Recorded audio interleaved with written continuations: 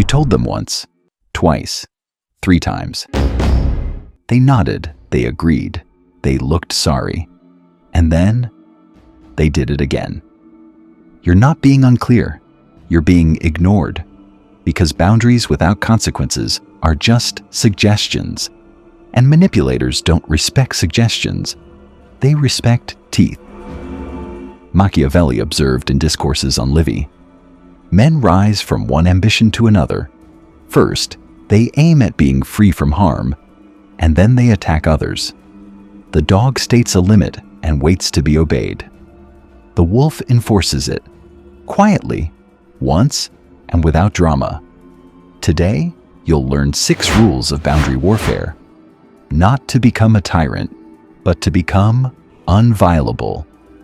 Because the people who need your boundaries most are the ones who will never respect them without a cost. If you're ready to stop being a suggestion and start being a wall, type boundary in the comments, and let's dive in. Rule 1. The boundary inventory. You cannot enforce what you have not defined. Most people live with invisible, blurred lines, areas where they think they have a limit, but have never actually articulated it. The first rule of boundary warfare is to map your territory. Sit down. Write out. Where are your limits currently invisible?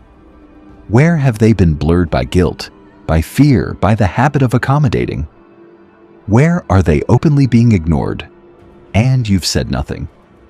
This is not a victim exercise, it's a territorial survey. The dog hopes people will guess his limits. The wolf draws the map, studies it, and knows exactly where the line sits before anyone tries to cross it. Tonight, write down every area of your life where you feel regularly disrespected. Name the specific behavior. That's your inventory. Tomorrow, you'll have data instead of vague frustration. Rule 2. Non-negotiable versus flexible. The second rule is knowing the difference between a line that bends and a line that breaks. Non-negotiable boundaries are not up for discussion. They are not subject to mood, context, or emotional appeals. They are the walls around your core values: safety, integrity, self-respect. Flexible boundaries are where you can negotiate timing, method, compromise on non-core issues. The mistake most people make is treating everything as negotiable until they explode, or treating everything as rigid, which isolates them from genuine connection. The wolf categorizes. He knows before the conversation what is a fortress and what is a garden gate. Go through your inventory from Rule 1. Mark each, non-negotiable or flexible. If it's non-negotiable, decide in advance what the consequence will be if it's crossed. Rule 3. The announce once rule. This is where most boundary attempts fail. You explain, you justify, you repeat yourself. Each time you do, you signal that the boundary is up for debate. The third rule is brutal simplicity. State your limit once, clearly, without emotion, without justification. I don't accept that. That doesn't work for me. I'm not available for this. Then stop. The dog explains, hoping to be understood. The wolf announces, knowing that understanding is not required. Compliance is. Practice the announce once rule in one low-stakes situation today. A request you'd normally justify with a long excuse. Replace it with, I can't make that work. No explanation. Notice what happens. Rule 4. Consequence architecture. A boundary without a consequence is a suggestion. A suggestion without enforcement is a joke. The fourth rule is designing proportional responses before the violation occurs. You don't decide in the heat of the moment. You build the architecture when you're calm. For non-negotiable boundaries, the consequence should be immediate and predictable. It doesn't need to be dramatic. It needs to be certain.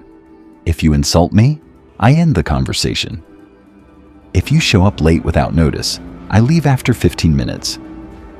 If you lie, I do not engage with you until I have verification. The dog waits, hopes, and gets walked over. The wolf has already built the fence, and the fence has teeth. For each non-negotiable boundary, write the specific consequence.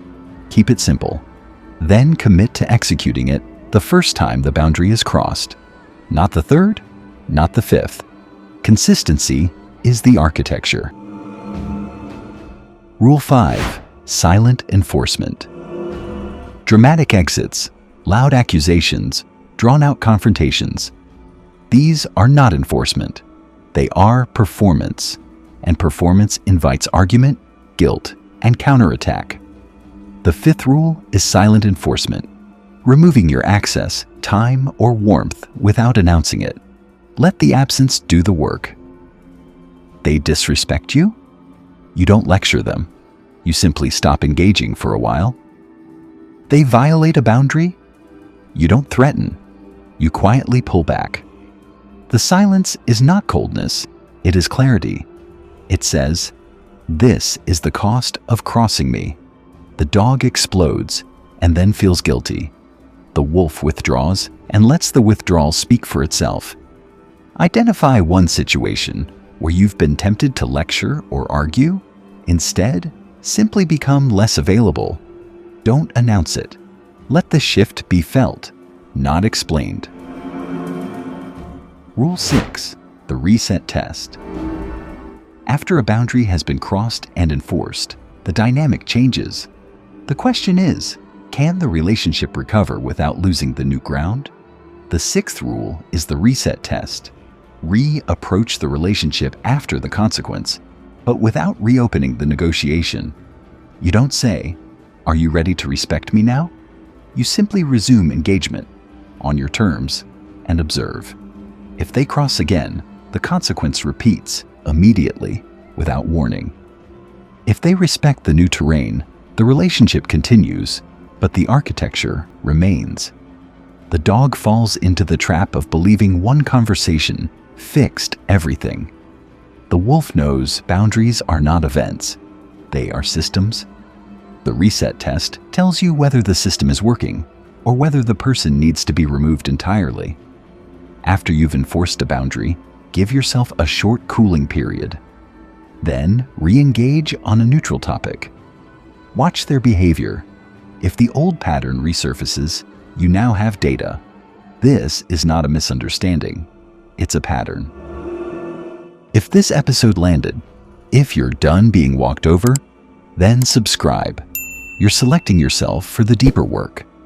In the next video, we go from external defense to active counter-strike, counter-manipulation.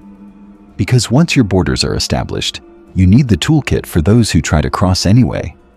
The dog begs to be heard. The wolf builds a wall. Master the game. Guard your mind.